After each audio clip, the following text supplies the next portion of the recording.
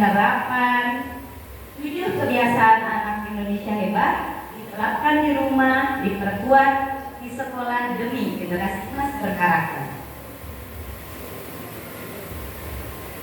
Mohon izin Dewan Juri, saya akan bacakan terlebih dahulu isi dari pemaparan yang saya akan paparkan ke depan. Yang pertama, latar belakang. Yang kedua, pengenalan program. Yang ketiga, inovasi dan sinergi. Yang keempat, implementasi nyata. Yang kelima, dampak dan hasil. Dan yang terakhir, kesimpulan. Baik, saya akan mulai memaparkan. Dimulai dari latar belakang akar permasalahan yang lembaga kami dapatkan. Dewan Juri, mohon maaf, kami sering mendapati beberapa anak yang datang ke sekolah itu dengan tergesa-gesa sehingga belum optimal dalam memulai aktivitas belajar dan dalam kebiasaan hidup sehat seperti pola makan, menjaga kebersihan diri, menjaga kebugaran fisik belum terbentuk dengan konsisten. Otomatis semua itu berdampak pada pada kefokusan anak didik kami, sehingga ketika memulai pelajaran banyak yang tidak fokus, banyak yang rewel karena tadi tergesa-gesa.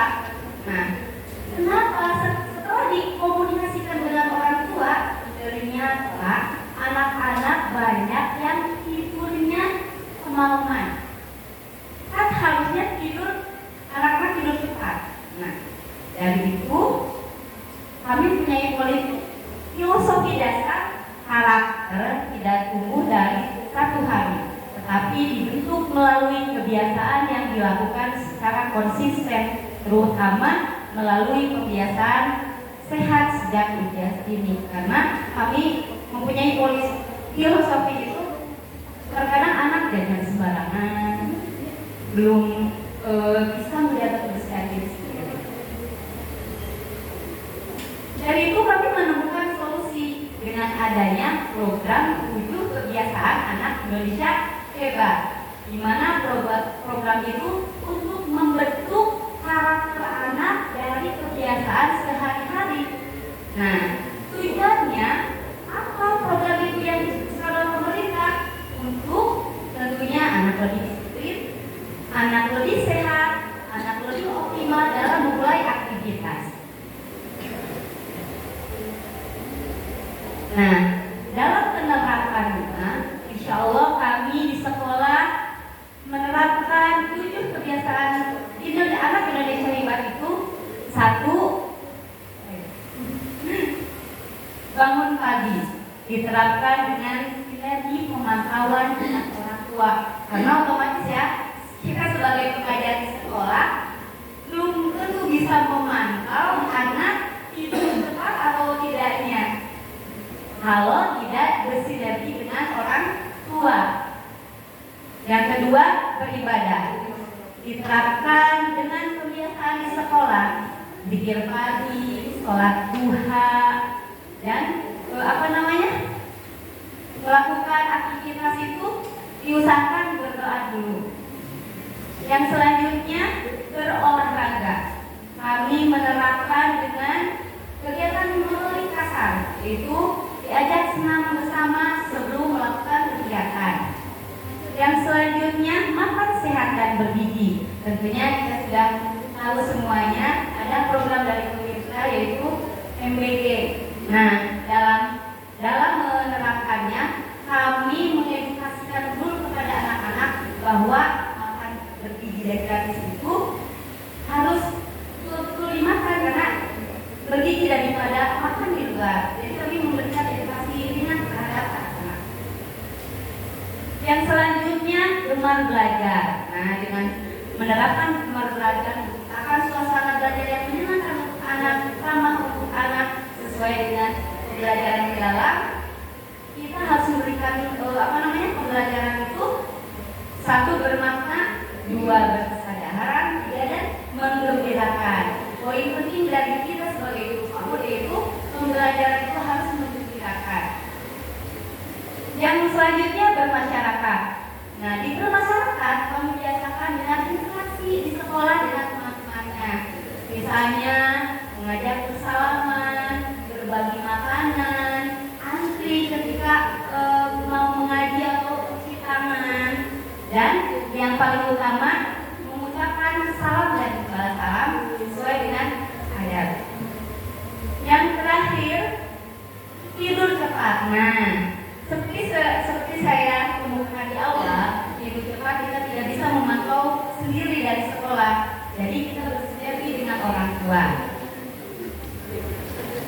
Nah, kami sadar penerapan 7 kebiasaan anak Indonesia hebat itu tidak akan optimal kalau tidak ada kolaborasi dengan orang tua. Nah, dari itu langkah pertama yang kami ambil yaitu melakukan pengarahan dan sosialisasi kepada wali murid. Apa itu program 7 kebiasaan anak Indonesia hebat itu? Karena pembiasaan yang kita terapkan di sekolah harus selaras dengan pembiasaan orang tua di rumah. Dari sinergi ini untuk memperkuat kolaborasi dengan orang tua, kami mempunyai menghadirkan inovasi yaitu dengan buku jurnal.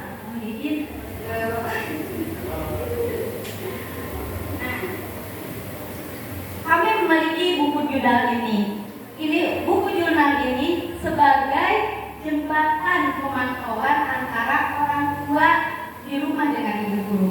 Bahkan bukan sekedar administrasi saja, bukan hanya ditulis, bukan hanya diisi, tapi kami mengusahakan setiap akhir pekan untuk merefleksi kepada orang tua.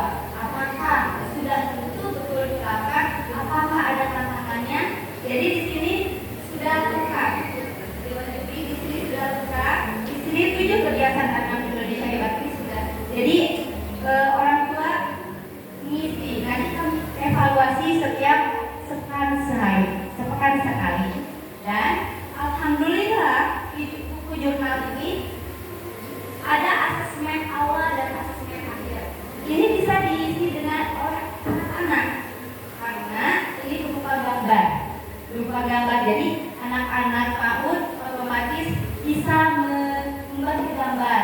Jadi bisa diisi dengan kejujurannya apakah mana yang sudah kalian terapkan di rumah dengan motivasi dan edukasi ringan, kami selalu menerapkan ini.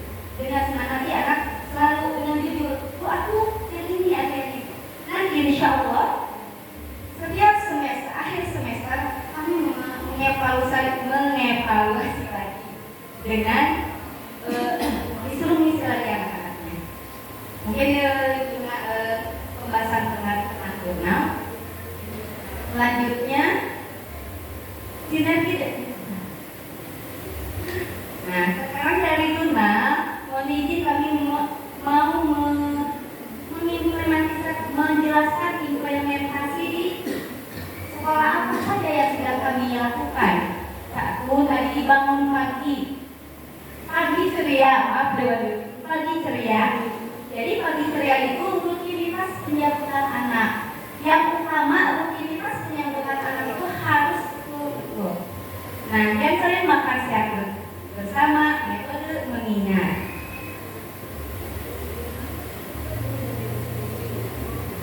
Alhamdulillah dari penerapan tersebut ada dampak positifnya yaitu perubahan pada orang tua, pada sekolah dan budaya positif yang terbentuk.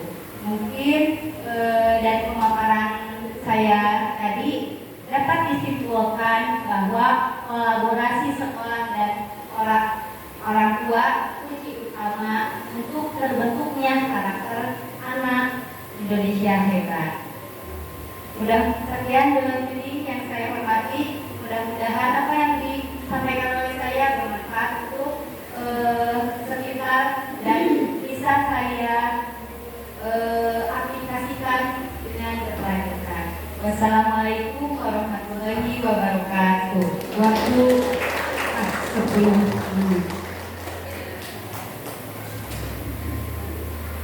Baik, kalau ada pertanyaan dari para peserta silakan untuk diajukan ke peserta nomor undian 1. Ataupun kalau tidak ada,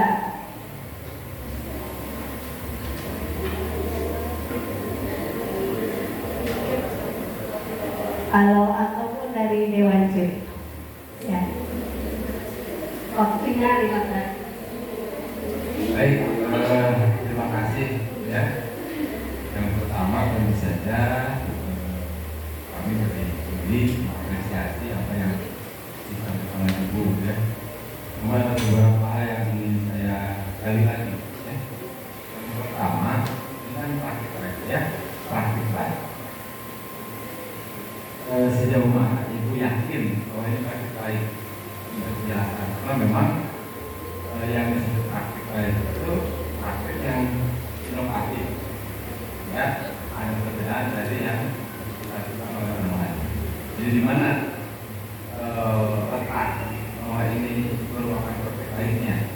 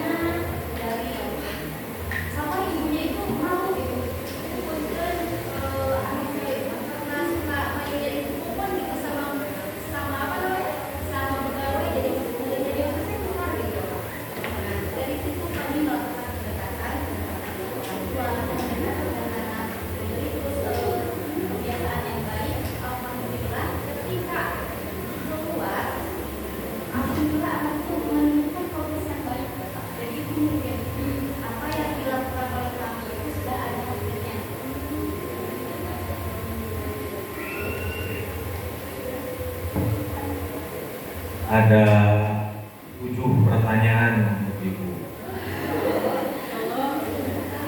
Ya Bu. Pertanyaan pertama, coba praktikan tepuk 7 kebiasaan. Ayo, yang semangat mana pendukungnya mana? Pendukungnya mana? Silakan. Tepuk 7 kebiasaan. Bangun pagi beribadah olahraga.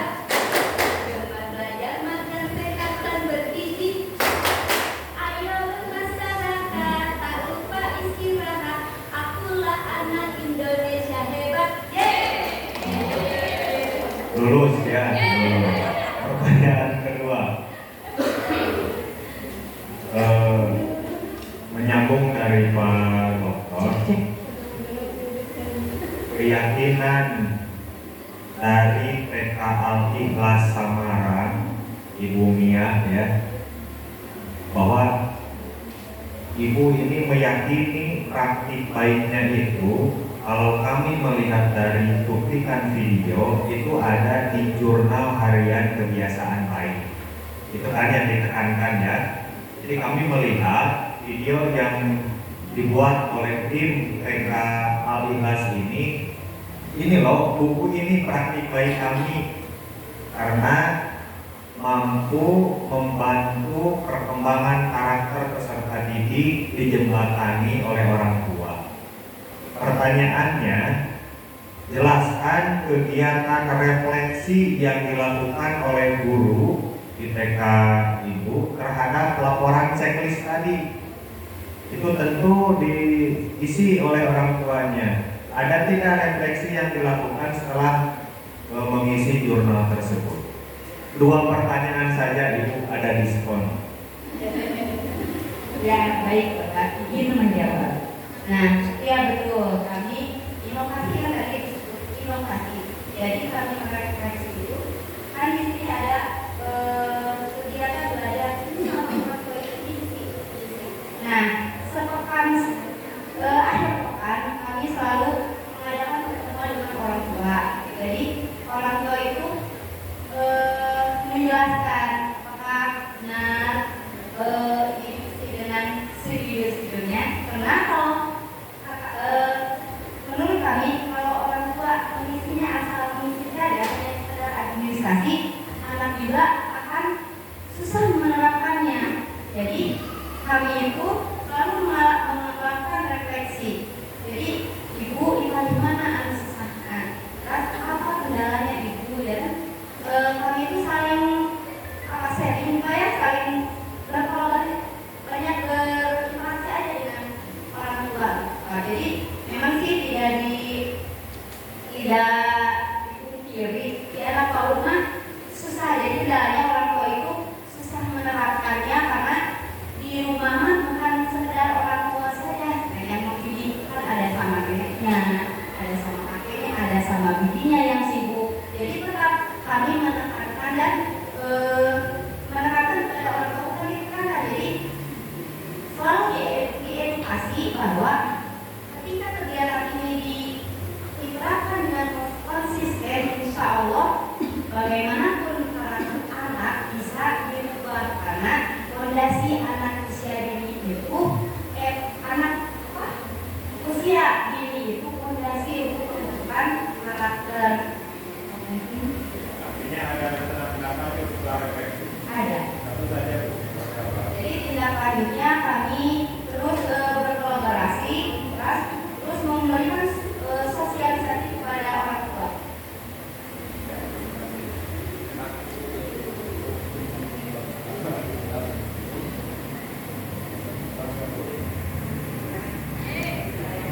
Terima kasih Bapak.